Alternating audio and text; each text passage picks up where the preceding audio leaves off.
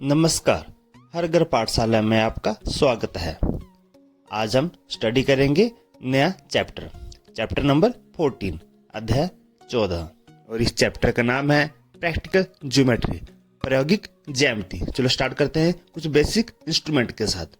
ये आपने अपने ज्योमेट्री बॉक्स में देखा होगा, जिसको हम रूलर कहते हैं, हिंदी में पैमाना। तो आप देख रहे होंगे यहाँ पर इसकी रीडिंग दे रखी है 1 से लेके 15 सेंटीमीटर तक की। तो 1 सेंटीमीटर 10 मिलीमीटर के बराबर होता है। इसका यूजेस है किसी भी लाइन सेगमेंट को ड्रॉ करना और इसको मेजर करना, मतलब किसी भी रेखाखंड को हम खींच सकते हैं और उसकी लंबाई को भी माप सकते हैं। तो ये हमारे पैमाने का रोल होता है ज्योमेट्री बॉक्स में। Got it? सभी यूज करते होंगे इसको। तो चलो सेकंड चीज देखते हैं। काफी इंटरेस्टिंग चीज है ये, सभी के पास है ये, आई थिंक। हाँ, यही चीज पता है क्या नाम है इसका? यस, कंपास, जिसको हिंदी में प्रकार कहते हैं। देख रहे होंगे इसका एक नोकीला सिरा होता है जिसको पॉइंटर कहते हैं, ठीक है। और जो दूसरी तरफ यहाँ पर पेंसिल लगती है, ठीक है। पेंसिल की हाइट ज्यादा नहीं होनी चाहिए, कंपास से थोड़ा कम होनी चाहिए, ताकि आप इसको जब आप इसको घुमाओगे तो आपको समस्या नहीं होगी। इसका यूज क्या है? चाप पर वृत्त खींचने के लिए, to draw the circle and arc. Okay, तो चलते हैं अपने नेक्स्ट इंस्ट्रूमेंट की तरफ। जी हाँ, ये भी आपने अपनी ज्योमेट्री में देखा होगा। जी हाँ, क्या कहते हैं इसको? यस, सोचिए। यस, सही सोचा आपने, इसको डिवाइडर कहते हैं। इसमें आप पेयर ऑफ पॉइंटर्स होते हैं, 2 पॉइंट आप देख रहे होंगे ना। तो इसका यूज क्या होता होगा, जरा सोचिए। यस, लंबाइयों की तुलना के लिए, टू कंपेयर द लेंथ। जी हाँ, 2 लाइन सेगमेंट की तुलना के लिए। ओके, 2 रेखाखंड की तुलना के लिए हम इसका यूज करते हैं। ये नेक्स्ट, ये आपने जरूर देखे होंगे, 2 सेट होते हैं ये, इनको सेट स्क्वायर कहते हैं। ओके, आपने इनका यूज कहाँ पर किया है बताना मुझे।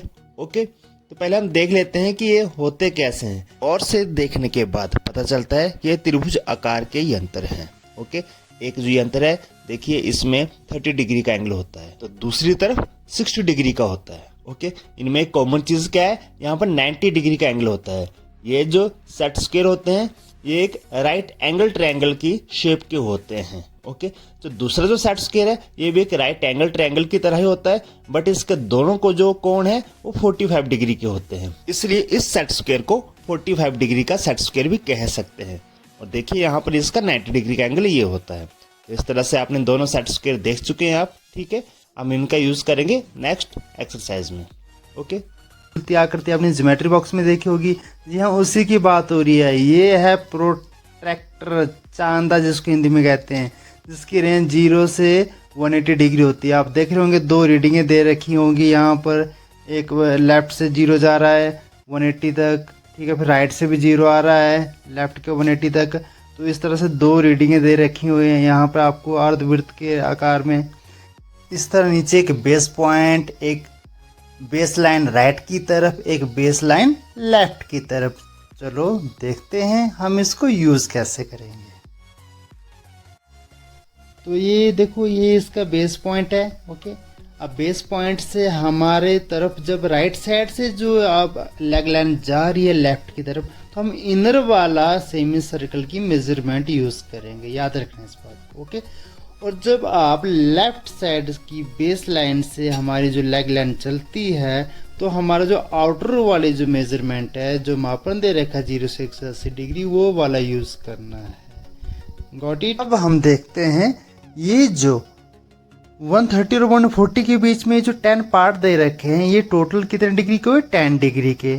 इस तरह से ये जो बीच के जो 5 पार्ट हैं, ठीक है, ये वाले यहाँ से यहाँ तक 5 डिग्री के हुए 5 पार्ट। और सिंपल सी बात है, इस तरह एक पार्ट कितने डिग्री का होगा? यहाँ पर जो एक पार्ट है वो 1 डिग्री का होगा। तो smallest measurement of this protractor चांदे की कितनी है? 1 डिग्री है। तो चलो चलते हैं अपने एक्सरसाइज 1 पर। यहाँ पर हम वृत्त के बारे में स्टडी करेंगे कि वृत्त को हम या सर्कल को कैसे ड्रॉ कर सकते हैं। चलो तो मैदान में चलते हैं। पहले एक्सरसाइज का पहला क्वेश्चन, 3.2 सेंटीमीटर त्रिज्या का एक वृत्त खींचिए। ओके, तो ये हमारे पास स्केल है, ठीक है। अब हम क्या करेंगे, 3.2 सेंटीमीटर की एक मेजरमेंट ले लेंगे, एक लाइन सेगमेंट ले लेंगे। मैंने आपको बताया था पैमाने का रोल क्या होता है, एक लाइन को ड्रॉ करना। तो इस तरह से हमने 3.2, तो पहले 3 सेंटीमीटर की हमने लाइन खींच ली। 0.2 के लिए हमने 2 mm तक हमने इसको मेज़र किया और ये लाइन हमारी ड्रॉ हो चुकी है 3.2 सेंटीमीटर की। इसको हमने ए बी का नाम दे दिया है। अब हम यूज़ करेंगे अपनी कंपास को। कंपास का ये जो पॉइंटर है वह ए पॉइंट पर रख देंगे। अब ए से बी तक प्रकार खोलेंगे। यह हमारी त्रिज्या या रेडियस हो चुकी है 3.2 सेंटीमीटर की। अब हम प्रकार घुमाएंगे और सर्कल ड्रॉ कर लेंगे। ये तो आप सभी को आता ही होगा। तो इस तरह से हमारे पास 3.2 सेंटीमीटर त्रिज्या का एक सर्कल बन चुका है। इजी है।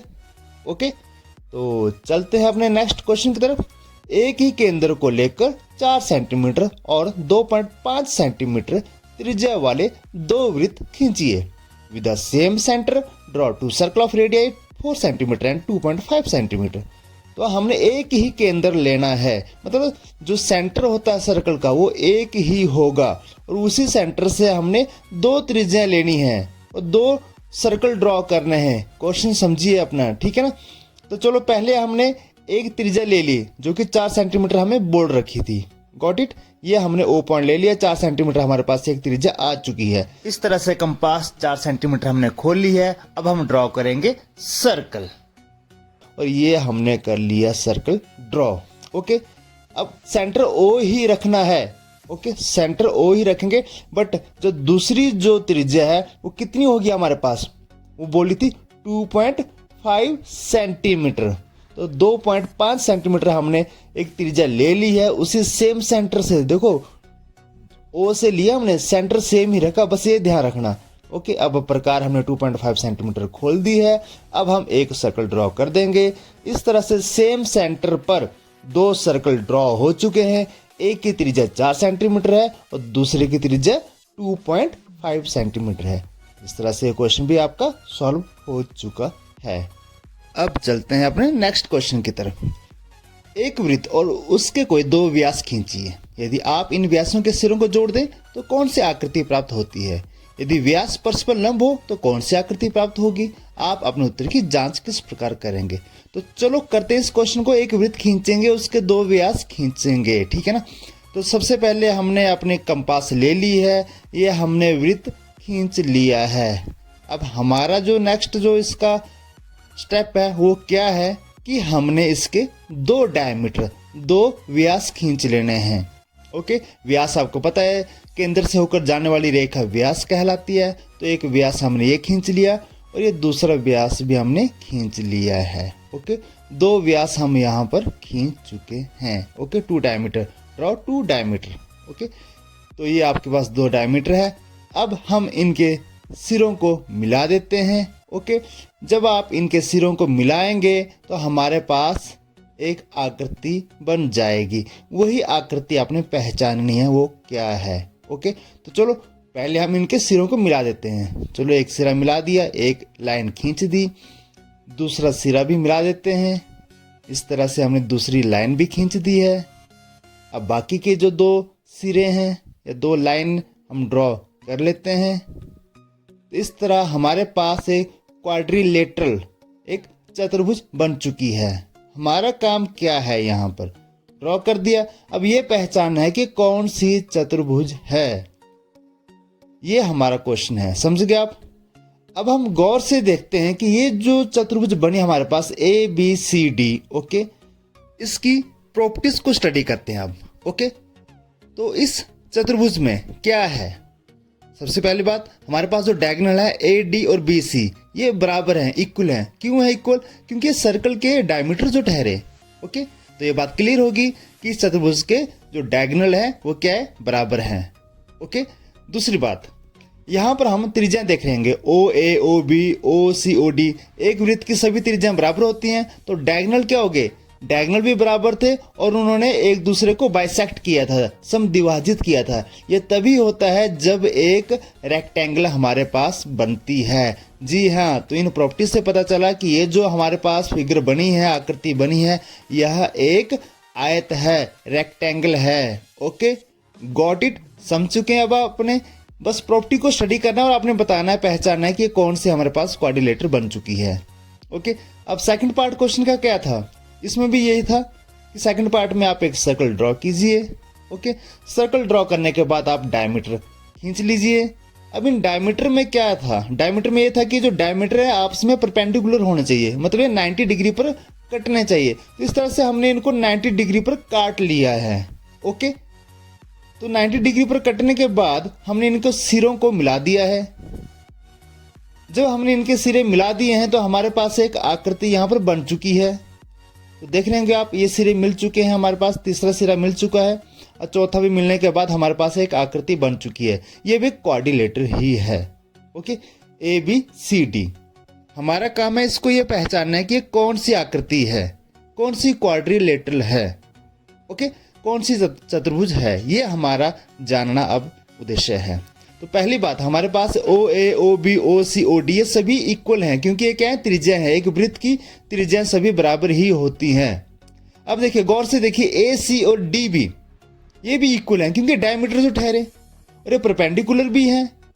ठीक है, और बाइसेक्ट भी कर रहे हैं। बाइसेक्ट इसलिए क्योंकि सभी त्रिज्याएं बन रहे हैं। यहाँ पर डायमीटर को काटेंगे, दो हिस्सों में काटेंगे तो क्या त्रिज्या बनती है।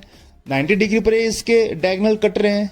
ओके, AC और BD डायगोनल भी है, 90 डिग्री पर काट रहे हैं, बाइसेक्ट कर रहे हैं। तो ये सिर्फ स्क्वायर के केस में होता है। जी हाँ, हमारे पास ABCD इज अ स्क्वायर, एक वर्ग आ चुका है। तो यहाँ से हमने जो प्रॉपर्टी स्टडी की, यहाँ से हमें पता चला कि यह क्या है, एक वर्ग है। तो इस तरह से हमारा क्वेश्चन सॉल्व हो चुका है। अब चलते हैं नेक्स्ट क्वेश्चन की तरफ। एक वृत्त खींचिए और बिंदु A, B और C इस प्रकार अंकित कीजिए कि A वृत्त पर हो, B वृत्त के अभ्यंतर में स्थित हो और C वृत्त के बहिर्भाग में हो। मतलब A is on the circle, B is in the interior of the circle and C is in the exterior of the circle. तो पहली बात, हम सर्कल ड्रॉ कर लेते हैं। कंपास की सहायता से हमने एक सर्कल ड्रॉ कर लिया है। अब हमने यहाँ पर 3 पॉइंट दिखाने हैं। ओके, तो हम ले लेंगे 3 पॉइंट। देखो, एक सर्कल के ऊपर भी लेना है हमने, एक सर्कल के बाहर लेना है, एक सर्कल के अंदर लेना है। ओके, तो हमने ये वाला जो सेंटर है वो सर्कल के अंदर ही होता है, तो हम इसको इंटीरियर पॉइंट बोलेंगे। ठीक है ना, अभ्यंतर पॉइंट। ये जो सर्कल के ऊपर वाला पॉइंट है ये है ऑन द सर्कल, वृत्त पर। तो हम इस पॉइंट को हम बोलेंगे ऑन द सर्कल, वृत्त पर। और ये जो देखिए वृत्त के बाहर है, वृत्त की परिधि को टच नहीं कर रहा है ये। ओके, इस पॉइंट को हम क्या बोलेंगे, एक्सटीरियर पॉइंट, बहिर्भाग। इस तरह से आपने पढ़ा था कि सर्कल किसी भी प्लेन को 3 हिस्सों में बांटता है। ओके, तो ये क्वेश्चन कंप्लीट हो चुका है। चलते हैं अपने नेक्स्ट क्वेश्चन की तरफ। मान लीजिए A और B समान त्रिज्याओं वाले 2 वृत्तों के केंद्र हैं। इन्हें इस प्रकार खींचिए ताकि एक वृत्त दूसरे के केंद्र से होकर जाए। इन्हें C और D पर प्रतिच्छेद करने दीजिए। जांच कीजिए कि लाइन सेगमेंट AB और CD जो रेखाखंड है वो परस्पर समकोण है या नहीं है। अब ये जो क्वेश्चन है, मैं इस क्वेश्चन की कंस्ट्रक्शन आपको समझा दूंगा। ओके, ये आपके लिए होमवर्क रहेगा। बट होमवर्क सिर्फ क्या, इसका लास्ट जो स्टेप बचा हुआ है कि आपने जांच करनी है कि वो जो लाइन सेगमेंट आएंगे हमारे पास वो क्या परपेंडिकुलर हैं या नहीं है। बाकी कंस्ट्रक्शन मैं आपको यहाँ पर समझा दूंगा सारी। ओके, आपका काम सिर्फ उनको पहचानना है कि दे आर परपेंडिकुलर और नॉट। ओके, तो ये AB हमने एक लाइन सेगमेंट ले लिया है। पहले हम A को केंद्र माना, एक वृत्त खींच लिया। अब B को केंद्र मानेंगे। ठीक है ना, यहाँ पर हमने क्या करना है, एक बार A को ले या केंद्र तब वृत्त खींचा। अब दूसरे केस में हम क्या करेंगे, B को केंद्र मानेंगे, सेंटर मानेंगे। ओके, और यहाँ से हमने एक सर्कल ड्रॉ कर दिया। इस प्रकार हमारे पास 2 सर्कल आ चुके हैं। अब आप देख रहे होंगे 2 सर्कल आपस में कटे हैं C और D पॉइंट पर। जी हाँ, ये C और D पॉइंट पर जब ये कट चुके हैं तो हम इन दोनों पॉइंटों को मिला देंगे और एक लाइन सेगमेंट हम यहाँ ड्रॉ कर लेंगे। ये कंस्ट्रक्शन आपकी क्लियर हो चुकी है। अब हमारे पास आ चुका है कि AB एक लाइन सेगमेंट है जिसको CD काट रहा है। इस प्रकार हमारे पास एक क्वाड्रिलेटरल बन चुकी है, क्योंकि यहाँ पर ABCD 4 पॉइंट है। 4 पॉइंट को जब मिलाएंगे एक चतुर्भुज बन जाएगी। अब आपका काम क्या है, इस चतुर्भुज को पहचानना है कि ये कौन सी चतुर्भुज है। ओके, फिर आप यहाँ तक पहुँच जाओगे कि ये जो ABCD को परपेंडिकुलर बाइसेक्ट कर रहा है या नहीं कर रहा है। ओके, तो ये आपके लिए होमवर्क है। तो आप इस क्वेश्चन को जरूर करें। वीडियो अगर पसंद आ गया होगा तो लाइक, शेयर एंड सब्सक्राइब जरूर करें। मिलते हैं कल नए वीडियो के साथ। तब तक के लिए thank you and have a nice day.